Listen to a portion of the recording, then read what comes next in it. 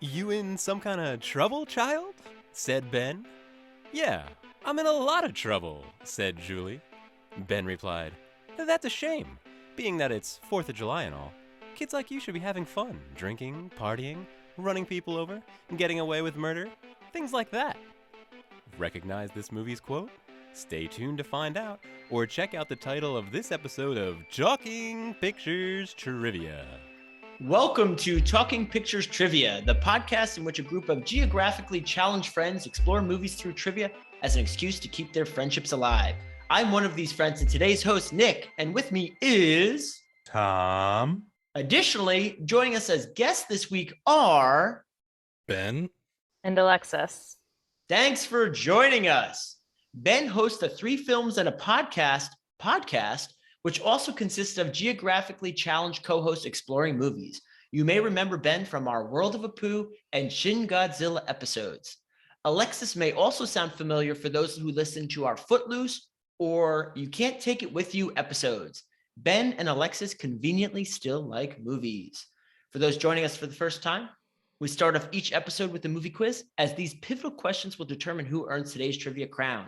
In round 1, each question is worth 1 point. And in round 2, each question is worth 2 points. Then, once the fierce competition is over, we followed up with our famous movie rant where anything goes. Tom, tell us about today's movie. Today we are continuing to explore movies related to the new Scream film by going back to 1997. Princess Diana dies in a terrible car crash. IBM's computer defeats the current human chess champion, and J.K. Rowling releases a little book called Harry Potter and the Philosopher's Stone. During all of this, Jim Gillespie's movie I Know What You Did Last Summer was released in theaters alongside the Wes Craven's Wishmaster, Alien Resurrection, Starship Troopers, and 7 Years in Tibet. 2 months later, Scream 2 would be released. Nick will be quizzing us today. Nick, what is I Know What You Did Last Summer all about? Okay, it's real simple.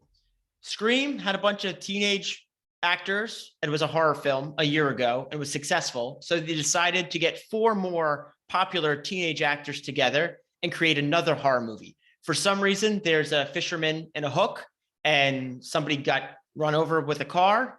And a year later, they come back and are being terrorized. So I think there's enough for us to talk about already, and we're going to just jump right into it. Tom, if you only had one word to describe I Know What You Did Last Summer, what would it be? Trauma. Ben? As much as I'd like KJ to insert one of Jennifer Love Hewitt's screams right now, I'm going to go with the word wet. Alexis? Go with slasher. And my word would be slicker. It's time for question 1. I know where the 90s teen heartthrobs first discussed the urban legend of the hooked killer. Where was it? Be specific. Locked in. Locked in. Locked in. Ooh, okay. Everyone seems pretty confident. Ben, we're going to start with you. I'm glad the false confidence came across. I think it was around a fire at the beach. Okay, can you be more specific? Dawson's Beach. That's pretty specific. Alexis? I didn't have the name of the beach. I had the beach below the road that they get in the accident on. Tom? I also didn't have the name of the beach, but I had the beach around a fire, and I think Freddie Prinze Jr. starts up the story. Right now, Ben has got to get the points because the question did say be specific. So it is Dawson's Beach is where it happened. And the reason is the writer who did this also wrote Dawson's Creek, who also wrote Scream, who also wrote this. In fact, KJ provided me an interesting tidbit before this episode where apparently Scream may have come out first, but this I did not know. I Know What You Did Last Summer was a prior script that he wrote that never got made, but once Scream was popular, like, hey, what else do you got? And that's where this one came. So I really thought this was just thrown together because of Scream's success, but really it was a precursor and just never got developed. So thank you, KJ, for that tidbit of knowledge. If it's wrong, Blame KJ. Wasn't there a novel? Yeah, it's That this Lewis based on? Duncan's 1973 novel, which had been beaten around for a script for a while. And there was interesting. There's actually an interesting trivia about her that's very recent, but she had written a number of these like teenagers murdering people YA books, and this was one of them. Ironically, Lewis Duncan's daughter was murdered by a serial killer, and this August they finally caught the person. She was murdered in like the late 80s, and like last August they caught the guy. Was it DNA? I think so. I feel like that's how really all read the old case murder. file. Yeah, I was saying. I figured. I feel like that's how all old murder Old cases. murders, yeah. Wait, was it the solved. Golden Gate Killer? No, it was some random guy. I don't even know, but I think it was in New Mexico. But it was, she used to write about like these kind of serial killer YA teenager things, and it happened. I'm to her own curious if family. the book is anywhere close to the movie, or vice versa. Really, The killers are there's multiple killers. So I'm going to ruin the book. Is that Perfect. Anybody going to read it? Spoiler from this early 70s. Yeah. There's actually multiple killers. There's two killers, and it's a boy who gets hit on a bike, and it's the older and younger brother of the boy, one of whom is dating the version of Jennifer Love Hewitt.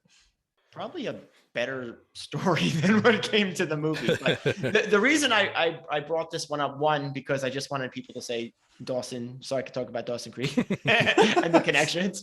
But we can talk about the writing. Yeah, there's some the real writing. Actually, the real reason I brought this up is I wanted to see if we felt this did or did not fit the horror tropes, because right from the beginning, the setup and how it all played out. So I thought that would be interesting to examine as we go through some of these later horror films, because in prior episodes we had seen Halloween, we've seen some of these traditional ones, and now in the 90s there is some that tip their hat and pay homage to that, or there's others that kind of try to buck the trends. I feel like this one probably played in pretty close to the trope, just like telling the boogeyman story. Then the movies about the boogeyman, like specifically Candyman comes to mind. Recently we covered that one. It's just like, oh yeah, we get to hear about it and then we get to see it. And I think that's kind of what happened here. Obviously it's not like Scream where we're getting all these rules and stuff like that. It wasn't as meta at the time, obviously, with it being written first, but I think it was kind of cool, that how they all have different understandings, and even the cop later on is like, oh, that's not what I heard it this way. So it's definitely some lore in that community. So I liked, that kind of introduction to the character. You had the, that kind of one by one slasher thing too that follows the trope very closely. Yeah, what's interesting is there's a lot of time between the first murder and the next murder. Most of the movie occurs between, I think you're looking at 30 or 40 minutes between when our first murder is and our second murder. So I guess it's a little different in that sense. I think it's a little bit better than your traditional slasher. There's a little bit more interesting camera work, even in scenes that don't necessitate it. Like there's this one scene where Jennifer Love Hewitt's character like answers the phone, and then she goes downstairs and it follows her in a crane shot, which isn't necessary, but it's a little more visually stimulating for whatever reason. And the dialogue is slightly more punchier than what you might find in like a Friday the 13th. I could think of the scene where after Sarah Michelle Gellar's character wins the crown and she's on the dock talking to Jennifer Love Hewitt's character about, it's all about the do. They have that little kind of exchange that's very familiar from kind of a Dawson's Creek style episode. It sounds even almost like something out of Buffy, some of the dialogue. I know you're a Buffy fan, so there might be some bias here. I don't know. Yeah, I mean, that had a little feel of that. However, I'm also being fairly generous here. Yeah, there's a lot of dialogue that I don't think fits that, but I do think the ones you're referencing. I think I might have quoted all of the good dialogue just there, or referenced it anyway. So let it be noted. Yeah, but I will say I did like the sort of American lore and this, I don't want to call it a traditional town, but a small fishing community. right? There, that seems to, the setting seems to fit the kind of urban legend. Not what do you call it when it's not an urban legend, but it's still an urban legend? I think they still call it that. They still call, even though there's no city, it's Yeah. still called an urban legend. Sure, the settings seem to fit the kind of urban legend that the movie introduces. It's time for question 2. What is the question that Jennifer Love Hewitt's character can't live without knowing? Locked in. I think Alexis knows. What? Say that again. What is the question that Jennifer Love Hewitt's character can't live without knowing? When I give the answer, you're gonna know it. She can't live without knowing. Locked in. Focus on the question part. Wait, is this answered by the end of the movie? No, it's literally a question. She can't live without The answer knowing. is a question. I have to be very vague about it because if I worded it any other way, you would all know it. So it has to be cryptic. I apologize in advance. I locked in. Is that it? Did I totally lose everyone? Because I can give a hint if nobody has any idea. I have no idea. Does anyone have an inkling? I think I have an inkling, but it seems just very obvious. Okay. Then we're good. I'm not going to give any more hints. I guess I locked in last, so I'll go first. Yes.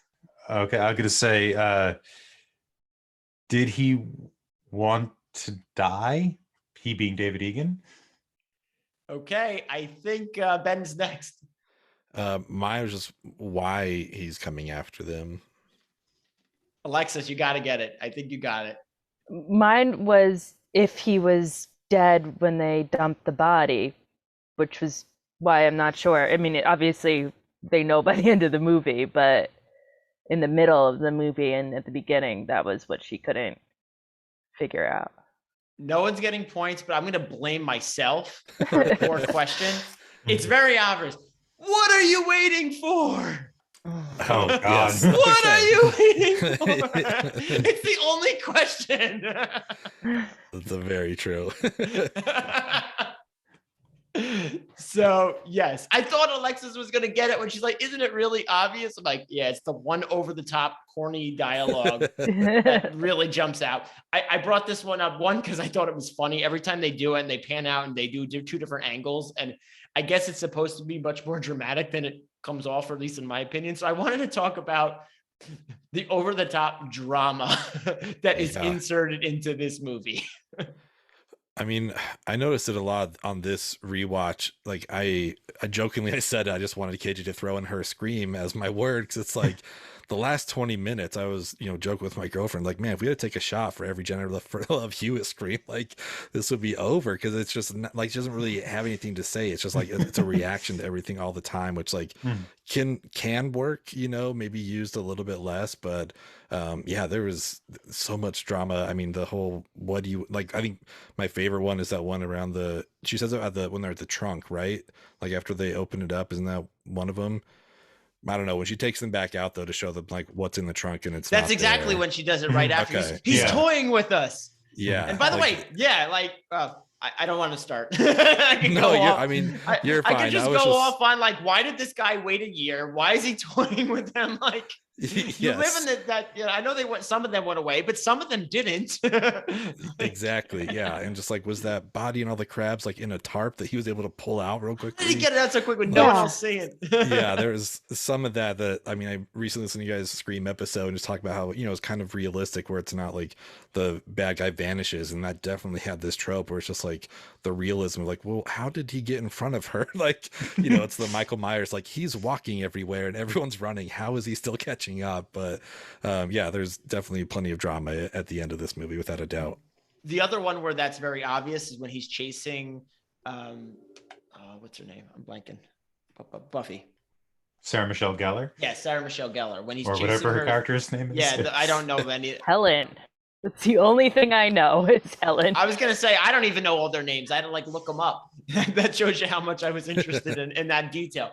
But when she's running to her sister's store And it's a park. It's part of a town. And she's fumbling with the key. The sister's fumbling with the keys. And it's going to be a real close call. And then look back and he just is not even there. Yeah. It's just poof. Just fine. I mean, that's a horror trope. No, I get it. But yeah. The problem you have with the over drama isn't, I mean, it's an overly dramatic situation, right? They're teenagers or I guess maybe 20-year-olds being stalked by a killer. The problem is these actors, with really the exception of Sarah Michelle Gellar and even Johnny Galecki, who made an appearance, they're not really playing actions or what you call an acting objectives. They're not playing a goal. They're just sort of announcing lines.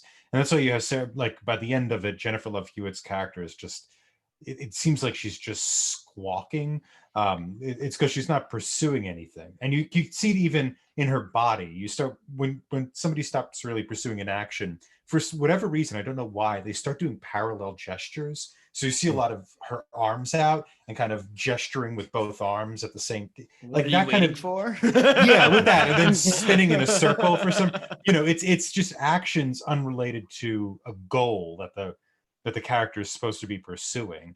So it's just like scene after scene of how not to do the basic thing you're supposed to do when you're acting. I also noticed as the movie went on, Jennifer Love Hewitt looked less homely and had less clothes on. I don't know if you guys noticed that. Yeah, we noticed. I liked when they had a reason for her to take her clothes off, though, like using her sweater to open the door. Yeah. Ah, true. That was the one time. Yeah. It's like, well, that sort of made sense. Yeah, that sweater wouldn't rip. That would just, that's a sturdy cardigan right there. Yeah, made of nylon rope. Yeah, exactly. It's very uncomfortable, but survival friendly. Yeah, I think it's definitely a trope you kind of have to set aside in most horror movies, that the person's just gonna escape. Like you said, when she's approaching the store, we even get the overhead shot where he's obviously in the parking lot, like he's at most 50 feet away from the front of the building, and he could be at the window, but then turn around and he's just gone. But it provides a little suspense, and I think this movie really used it to its fullest, without a doubt. I think the killer had a cool look. I think the slicker and the hook was a cool thing. It wasn't as cool as Ghostface, but it was fine. I think the hook is a very appealing kind of murder weapon. I liked it in the setting too. It had the nice effect at the parade where you can see the killer everywhere. In a fisherman's town, the only slicker. That's why my word was slicker. Actually, the fisherman slicker. Yeah, I think it's definitely where it was the most effective, that whole parade scene. It just made sense where they were at. It's like, yeah, I could see people dressing up like that. And it's also a great cover for a killer to be wearing that. Yeah, where if you were like in a city, it's not gonna. Yeah, work exactly. so well. He's in You're slicker with your giant hook. Yeah. Why are you on the subway? Yeah, exactly. Well, you might see that in the city, just run the other way. Yeah, the City Island, maybe. No, to be fair, in the parade, I'm not entirely sure why everybody was wearing the rain hat. It was a very lovely day. Yeah, I don't know what they were guarding. It's against. A combo suit. You got to wear it all together. It's like a uniform, Fair enough. Just looks silly without the hat. Yeah, seriously, Tom. Come on. Do you not know fisherman's fashion? I guess I don't. Okay, after round one, Ben is in the lead with 1 point, and I know Tom and Alexis are hopefully getting some points in the second round. If anything, we can blame the quizzer for these obscure questions, but if I didn't do it this way, the answers would be way too obvious. We'll be right back after this brief message from one of our valued sponsors. And now a word from our sponsor, Water into Wine. Water into Wine provides you with all your non-alcoholic wine needs. Unlike other non-alcoholic beverages, which seek to replicate the taste of alcohol, Water into Wine knows you want your non-alcoholic beverage to not always taste just like its alcoholic counterpart. We provide a clear, non-alcoholic wine that is water-flavored for a delicious after-dinner drink. Corked just like any other wine, Water into Wine is just as easy and fun.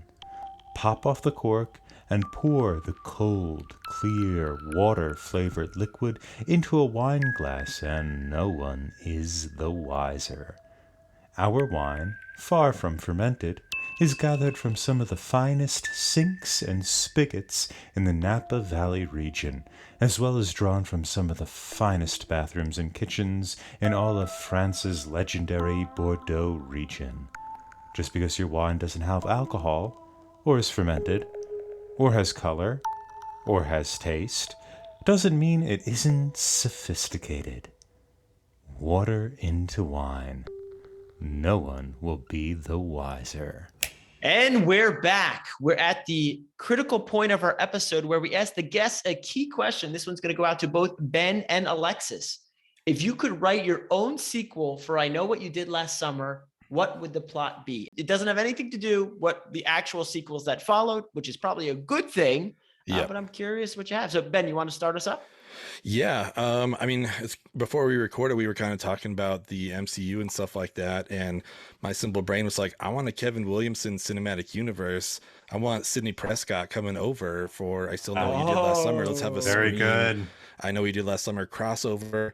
Party of five. Yeah, exactly. Let's get the whole gang back together. I know they're on like different coasts. I don't know if the story is like they're meeting up in the middle on like a college break or something like that because they're both in college by the time the sequels come around. But I don't know.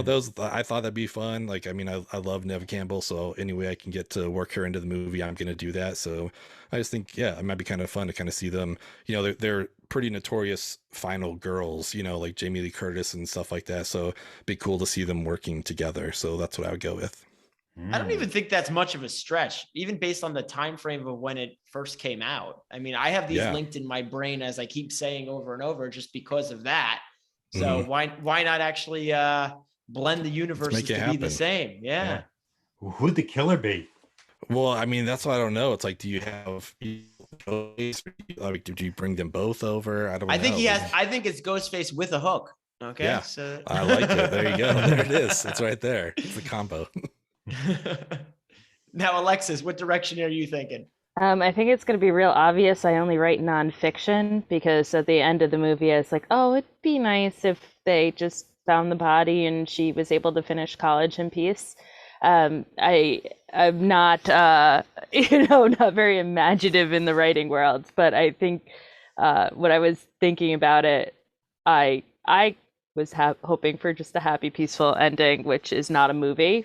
But so I think realistically, my sequel would probably have ended up being, exactly what the next sequel is. Like, he just comes back to the same town and terrorizes the teenagers again.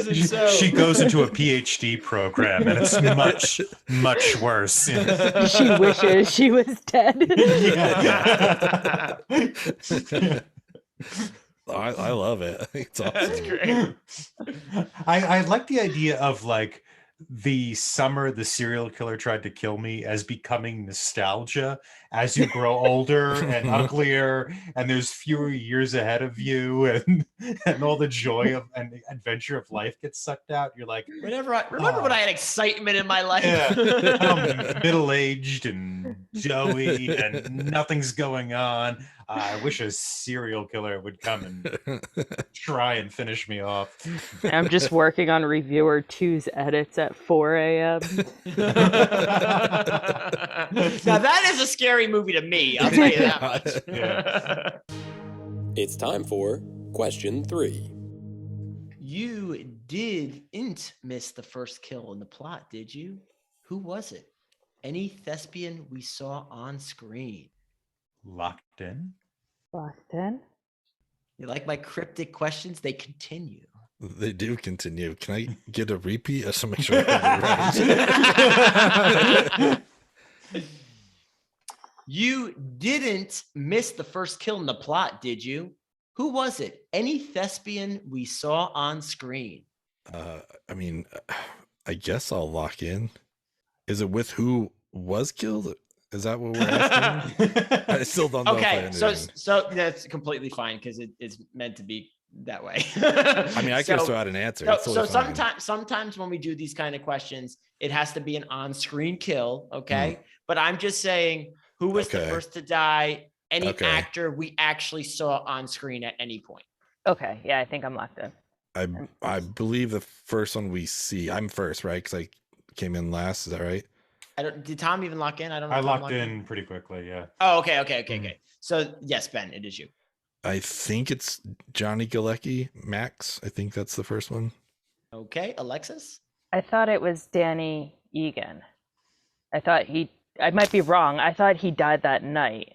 So we see him first on the rocks, and then I assume her father kills him before they hit her father with a car. Okay, Tom.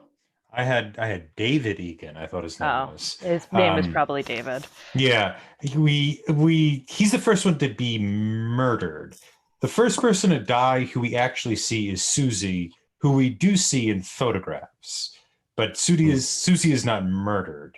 So I'm not really sure. So I'm hedging my bets because so I'm gonna go with David, I suppose. I'm actually happy with the way I asked this question because this is exactly the kind of thought process I wanted to engage in. Because how do you get this movie and try to go deep? This is how you do it with minutia. so the ones who are going to get the point on this one, and Danny is close enough to David. Okay, Nice. so Tom and Alexis are going to get the points. We do see at the beginning of the movie a random gentleman sitting on a cliff, and later we find out it was David Egan, and we do know that David Egan was killed by the killer. So I did count that. So yes, the points are going to go to Tom and Alexis. Still a very close match here. And I wanted to use this as an opportunity to talk about the various victims in this movie. And you know what? I'm glad, Ben, you brought up Max, because R.I.P. Rip Max. Did he deserve to die? Like, did he really? Like, what was up with that? He got the raw end here. I think I only answered him because I was in my head about the wording. I was like, well, we didn't see Egan die. Like, we know he did, but like we saw Max just get gutted, you know. But there were like plenty of, you know, victims in this movie.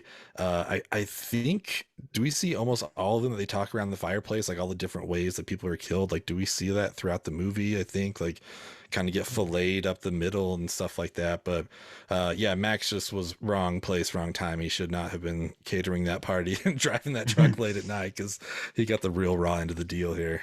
And he doesn't even like get toyed with. He's like, I'm going to kill you and use you as a tool or a toy to taunt the other people. Like, it was like the worst of them all.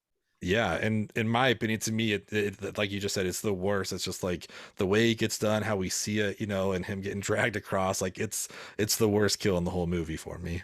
Yeah, it's I don't. Why does the killer kill him?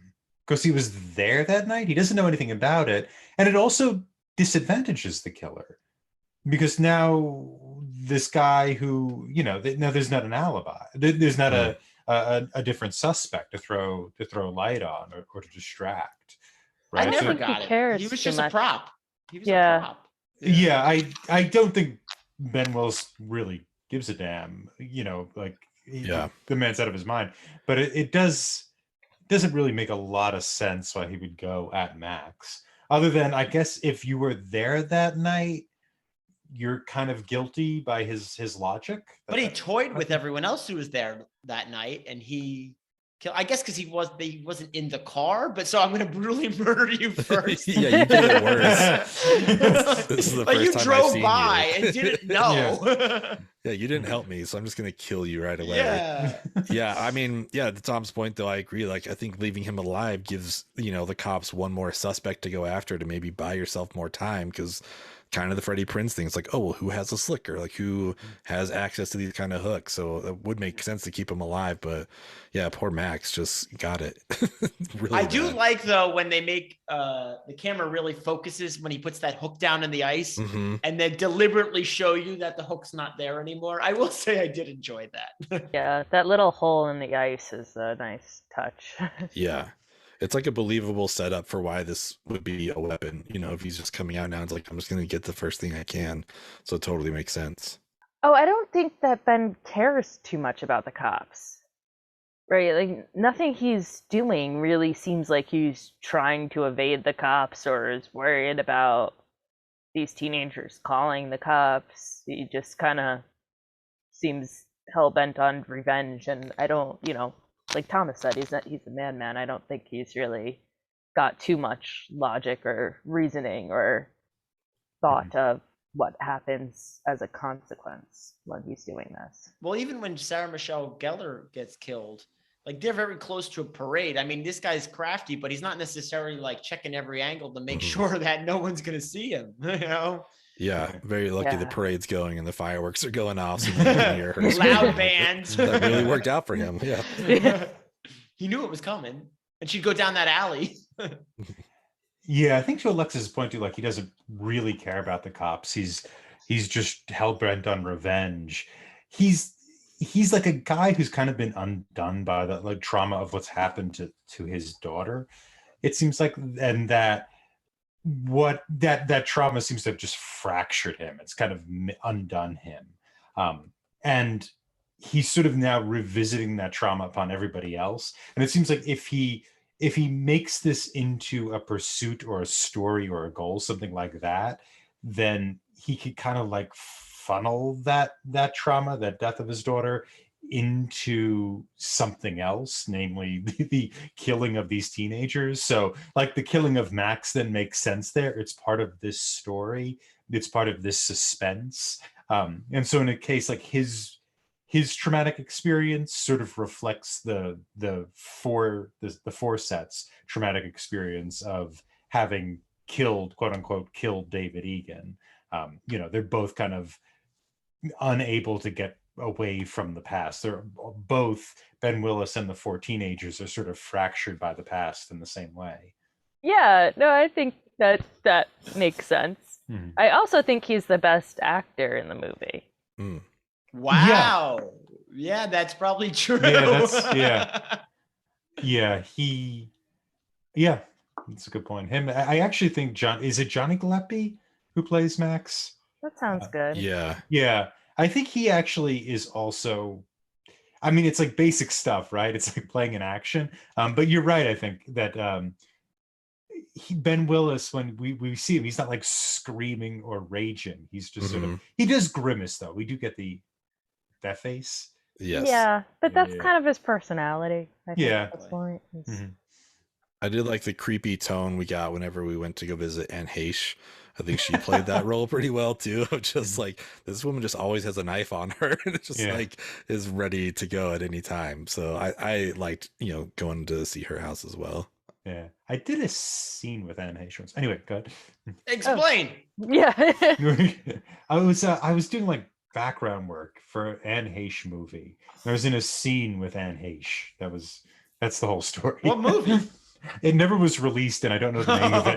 No. It was something. Yeah, it was like a romantic comedy that I'm pretty sure was never released. The idea was you can't see the faces of any men in whatever world they were in. Like they're always kind of outlined. So I never saw the movie or learned what the title was. But interesting. We wouldn't see your face anyway. Since it wasn't released. No, I'm saying the premise of the movie. Yeah, the premise of the movie. You wouldn't be able to see me anyway. Yeah. Oh, with Anne Heche, I wasn't sure if her character was just ill-defined or if she was all over the place. I agree with you. I think she was kind of chewing the scenery, and I mean, she was like a little bit Buffalo Bill indicator but at other times she was also like when she was talking about Billy Blue, she seems like a normal person all of a sudden, right? She's not like a woodland lunatic. She's just, she's just a somewhat lonely mid-20s, But yeah, I agree with you. I think she was kind of back and forth between having a grounding character and kind of chewing the scenery. This is similar to what Chris was saying when we were talking about Scream, and when it first came out, they wanted the principal to almost look like a potential person who was the killer. They did the same thing here, where there's only so many people we're introduced to, and we're like, hey, she's a little suspect. So I think that's why they hammed it up a bit. Yeah, without a doubt. Especially, I mean, I know they're doing it for the jump scare, but when she runs to the car window to return the cigarettes, like this car is not moving. You did not need to like run this fast. Slams on the window, like, here's your cigarettes. Like, oh my God, okay. She was definitely, earning her paycheck that day. She didn't need to eat from the food truck either. It's time for question 4. Last summer was bad news for most. Who was the only main character living up to his or her potential? Locked in. Wait, we're talking about the first summer of the movie.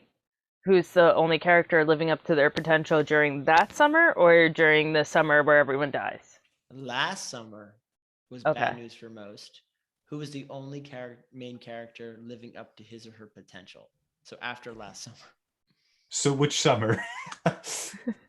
The majority of the movie. Okay. Thank you. During the times between the summers is where they're hitting their stride? Or That not, I sounds- guess. Yeah. Or sure, go for it. Okay, I'm locked in. I think we're there Yeah. with what I'm Yeah, asking. lock in. Mhm. I believe Ben. They know the trick. They just lock in quick. You know, It's smart. I feel like the only person living up to the potential is Jennifer Love Hewitt is Julie, because she actually went to college and stuff, and like, yeah, I mean, that's what I'm gonna go with. Alexis. I was gonna say Ray, because he's not doing what he wants to do, but he's like fulfilling his, destiny. Sounds like a stupid word for this, but he's following in the footsteps of his father. Who he doesn't know, but just knows he's a fisherman. Yeah, that's the only thing he knows about his father, so now that's what he's doing. I was going to go with Barry. I thought he became a quarterback.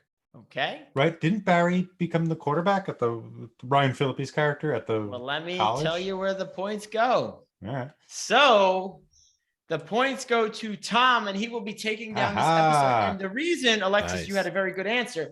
But the reason I did not go with that is because that is not what he was expected to do. He kind of pivoted in that direction when things fell apart with Jennifer Love Hewitt. He was supposed to go to New York and do some other stuff.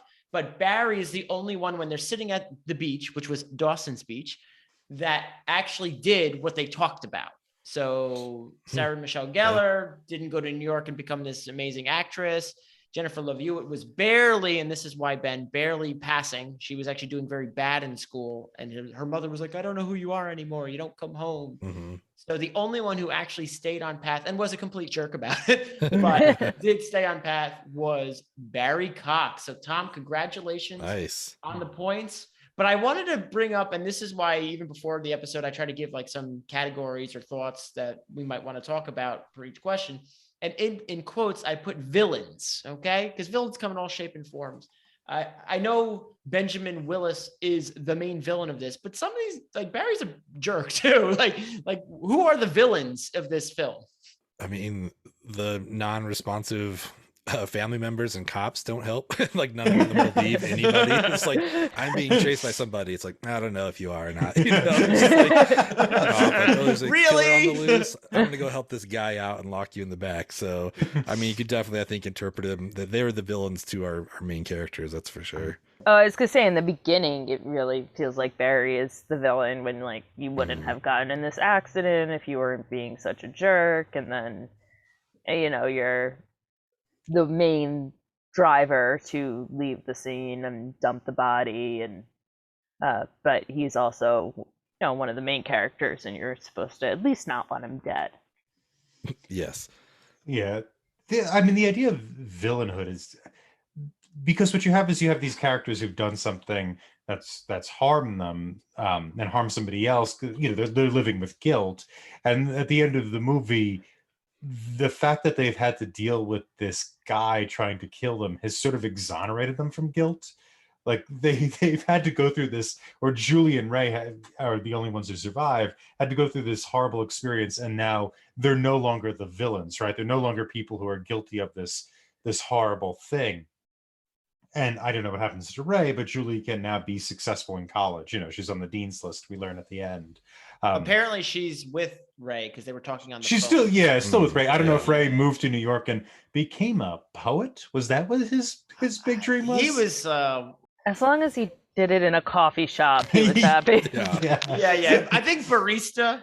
Yeah, maybe that was his goal. He's got the turtlenecks from the ship. You know? And the blind stare. By the way, I'm not picking on baristas. I'm picking on Freddie Prinze Jr.'s portrayal of Ray. Yeah, well, it's just ambiguous what he is supposed to be doing in New York. But that seems to be the idea, is that they're no longer the villain. They're sort of off the hook, which is kind Literally? of... Yeah. Oh, no, you know why? Because I was waiting for it. But they're like, oh, wait, we almost killed a murderer, so it's okay now. Yeah. When you're going to run over someone, you better make sure they're dead, you know? So. It's cheap, right? It's a little cheap, right? Because what's interesting about the movie is these people are getting stalked, and they kind of deserve it until we get to the end when it's like, the guy isn't dead, and also he was murdering somebody else, so it's kind of fine. It's like it's a little bit of they sort of get off of the what am I trying to say? They get out of the guilt that you think they have, or they think they have. Yeah, you get back on Dean's list. I mean, that's just the way it works. Yeah, well, it's recovery, right? This is how you recover. This is my word was trauma. This is what happens when you recover from trauma. Is the idea is that you can stop reliving the memory, but put the memory into a kind of narrative context. This is what Freud is talking about, and I think it was Studies in Hysteria, and then he had another book in the 1920s about this, Beyond the Pleasure Principle. There it is. Beyond the Pleasure Principle from 1925. It's you put the trauma into a narrative, and then you can heal and move on, right? You can kind of speak about it, talk about it, and they can't, because of their pact, literally speak about what happened. It's only when the letters start coming in that it forces it to become something they relive. And once they relive the entire experience, they can now, be on the dean's list or do whatever the hell Freddie Prinze Jr. is doing at the end of the movie. The problem I have with it is that, like, they just find out the trauma actually wasn't real. It never actually even happened. So it's a little cheap. It's time for Movie Rant. So I don't know if you noticed it with my cryptic questions, but I thought I was super clever. The first words of every question spelled out, I know what you did last summer. I like it. Continues. Well, we made you rephrase the questions. Yes, there's a reason. There's a reason they were written that way. And in fact, my... two bonus questions, which we didn't have to get to, began with still and always, because those were the sequels. Nice. Nice. In fact, I'll ask them real quick, and I don't know if anyone else has any other trivia, but the questions were going to be still more. What is the name of the town? Anyone? Just, you don't have to lock in. It's like Portsmouth, North Carolina, something like that. Southport. Southport. It is Southport. And Tom, you actually, my next one was always another bonus question. What state? And you actually got it. I didn't know if you get Nice. From the First in Flight, the license plates.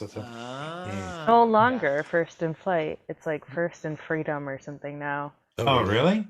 Yeah, because the brothers Wilbur and didn't live in North Carolina. They just had their first flight on Kitty Beach. Oh, interesting. And then I don't know why. I forgot what state they lived in, but they really had an issue with North Carolina claiming first in flight, and finally North Carolina gave it up.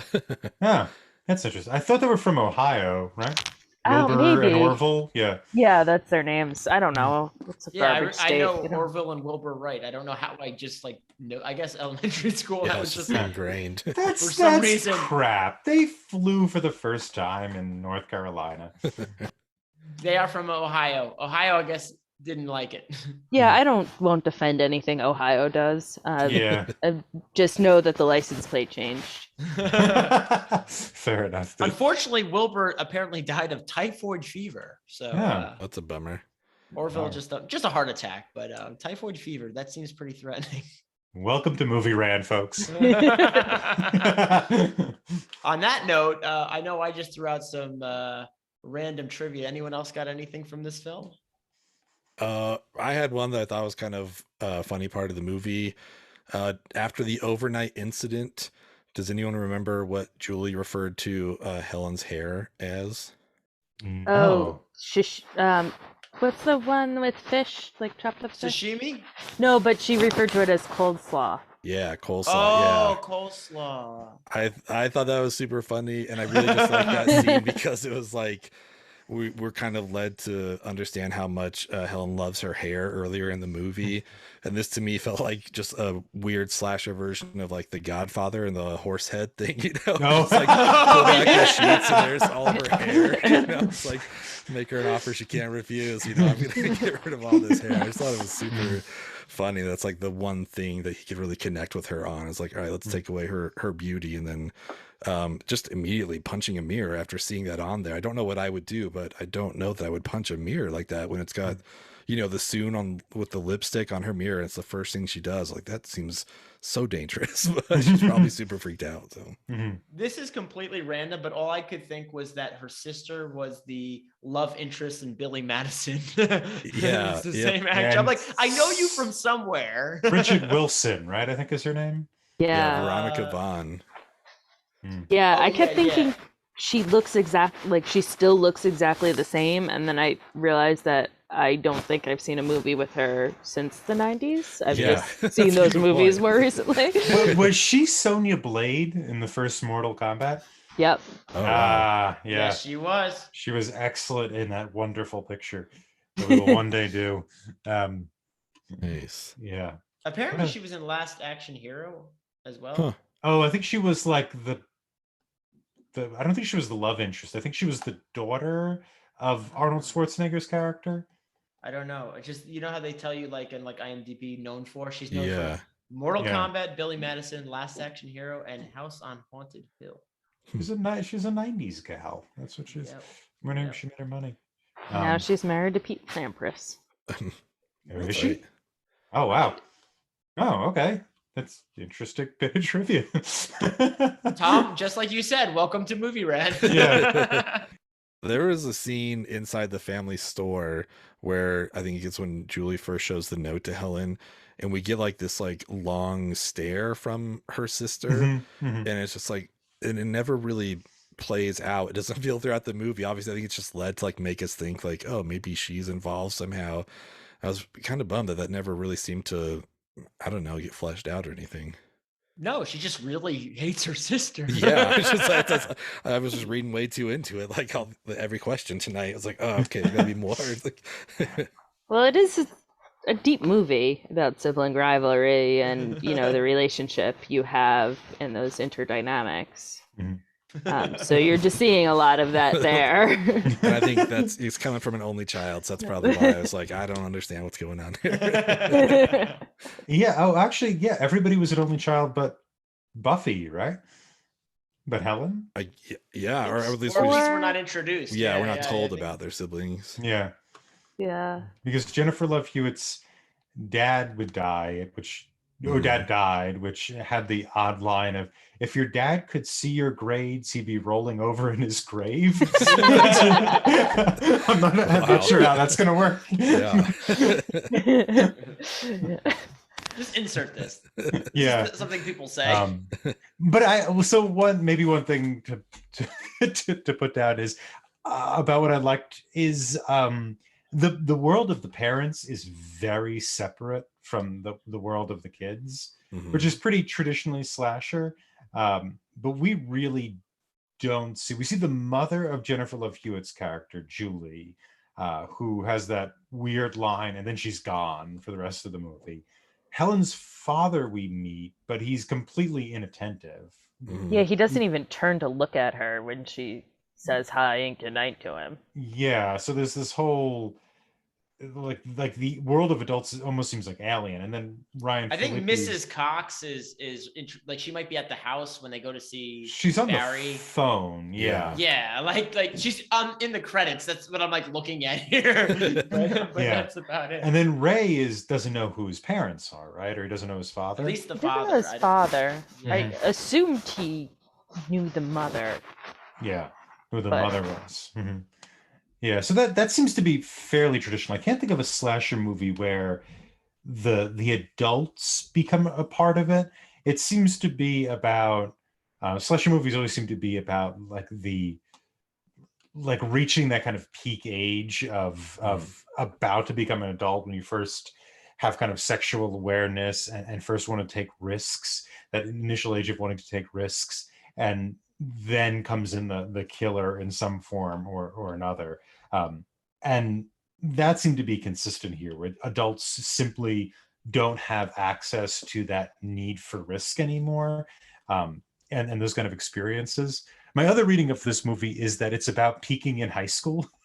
Like this is the experience of peaking in high school, that kind of phenomenon, where everybody thinks they're going to go off and do wonderful things, and in fact they actually just suck. They just sucked a lot less than everybody else in their tiny little high school that they went to. So that was my other reading of this movie. I like that.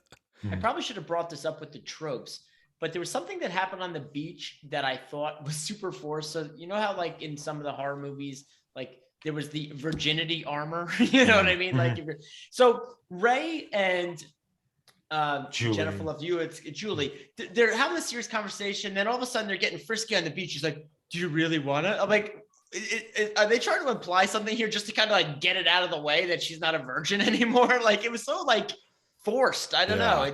It felt weird, right? And they've been dating and like what? It really felt like she can die now.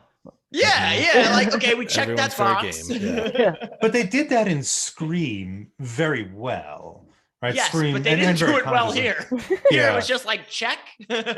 Yeah, I think that Scream really put to rest that trope. And I don't know why that had to be revisited here, other than to show that, what was lost was that they were a really good couple, and now they're not a couple anymore, because this seemed very forced. Yeah, I don't know. Sure. We don't have to go any further. I had to bring it up that it just seemed like every time I even back in the day, I was like, this is ridiculous.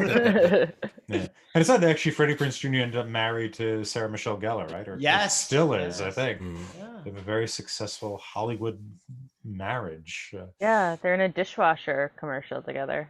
Oh. That shows you how solid they are right there. And he's household appliances. Yeah. I mean, that's the real money. Well, until he's dancing with vacuums, he won't really have made it. He actually does. This is completely random too, but he does like voice acting for I think some of the Star Wars like animated shows. That's Star Wars stuff. Yeah. Oh wow. Yeah. And he does WWE, right? He's a wrestler. I don't know. Know about that. I don't know. I'm pretty sure he was in the WWE. I don't know in what capacity. Active? Interesting. He was a performer of sorts. I'm not entirely sure how wrestling works. I mean, David Arquette was there, so I would believe Freddie Prinze at some point as well. So, what did David Arquette do? Just made the rounds wrestling. I know he made a movie about wrestling, and I think it's while he was filming that they were. I think he was like in WCW or something like that, and they gave him some character plot line. I don't remember exactly what it was, but he was in there for a little bit. David Arquette seems like more of a wild card than Freddie Prinze Jr. Yeah, very true. Yeah, he's up for that. Well, I saw one of the sequels. I Still Know What You Did Last Summer, which I remember being quite bad, though it did include Jack Black, which is always a positive, I would say. Oh, that's right. Yeah, he was the. I don't remember it. I did see white guy with dreadlocks. Yes. Which is it's a bad look, but I don't remember the premise at all. Like Well, do we want to spoil it? Does anybody care enough about it? But I'm watching after this. I was gonna say I don't think we're gonna have another episode on it unless someone requests it. Well, it's Ben Willis's son is the killer.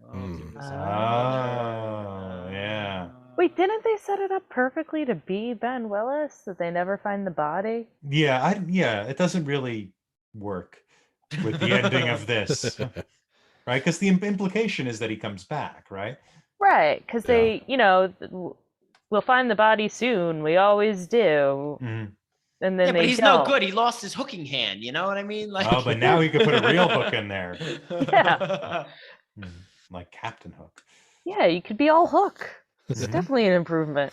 Yeah, all hook all the time. I'd like to once again congratulate our winner of the week, which is Tom, who got through all of my cryptic questions to try to make a very simple movie a little bit more complex to get the correct answers. So congratulations. You really did earn it because I didn't make it easy this time. I did earn it. Yeah. I'm the best. Everyone sucks for me. Welcome to my childhood. No, that was James's childhood. You can find more of our content wherever you listen to podcasts on our YouTube channel, Twitter @Talking Studios, and our website, talkingpicturestrivia.com. We're extremely grateful to all those who subscribe, like, follow, and leave a review. What is your biggest regret from last summer? Let us know on Twitter, talkingpicturestrivia@gmail.com, or give us a call at 201-467-8679. Thanks again, Ben and Alexis, for joining us today. Yeah, thank you so much. The 3 Timers Club for myself. I'm very excited about that. I'm looking forward to number 4. There we go. Yeah, We'll we definitely are have too. you back if Absolutely. you can squeeze us in your schedule. For sure. Yeah. Yeah, we've had some of you guys on our pod and 3 Films and a Podcast. You can find us anywhere at 3 Films Pod. If you feel like following me, I'm just everywhere at Benny Burrito. Check it out. It's a good pod. I've been on it twice for the Apu trilogy and for Close Encounters of the Third Kind. KJ's been on there for Spirited Away. And if you're like a big Marvel fan, they have great Marvel content. I think as of today, right when we're recording, you dropped the new Spider-Man episode. Yeah, we just put out our No Way Home review. So yeah, you guys, can't wait to have you guys back on too. I appreciate all the kind words. Yeah, absolutely. Thanks for having me. Always great to have you. And whether you like it or not, we're going to have you back. And you can find me on Twitter at ThomasLehman15, and check out our occasionally released Talking Pictures Trivia B-side, our sister podcast. It comes out about once a month, covering some general topics. I can also be found on Twitter at The Nickname. Join us next time for Talking Trivia, where we take a break from looking at just one movie and do actual movie trivia from a variety of films. Stay tuned for a sample trivia question. Ding, ding, ding, ding, ding. The second round's questions will be related to A League of Their Own. We are introduced to Tom Hanks with him doing something for an impressive amount of time. What is it? We had 2 early buzz-ins. Tom? Chewing tobacco. Incorrect. Nick? Chewing gum. Incorrect. Come on. All right. I call a balk on this one because you kind of paused and then finished the sentence. Yeah. Well, so I'm going to go in opposite order. Opposite order. Well, because the person that buzzed in the least early. Oh, bullshit. You better keep that in. I think we got to buzz that. Right. Mahoney? He took a leak. That's right. He was being for so long. They had enough time to get like a stopwatch and time it. Great introduction to Tom Hanks. Do me a favor. Keep asking the questions like Christopher Walken, please. Here is the question. An impressive amount of time.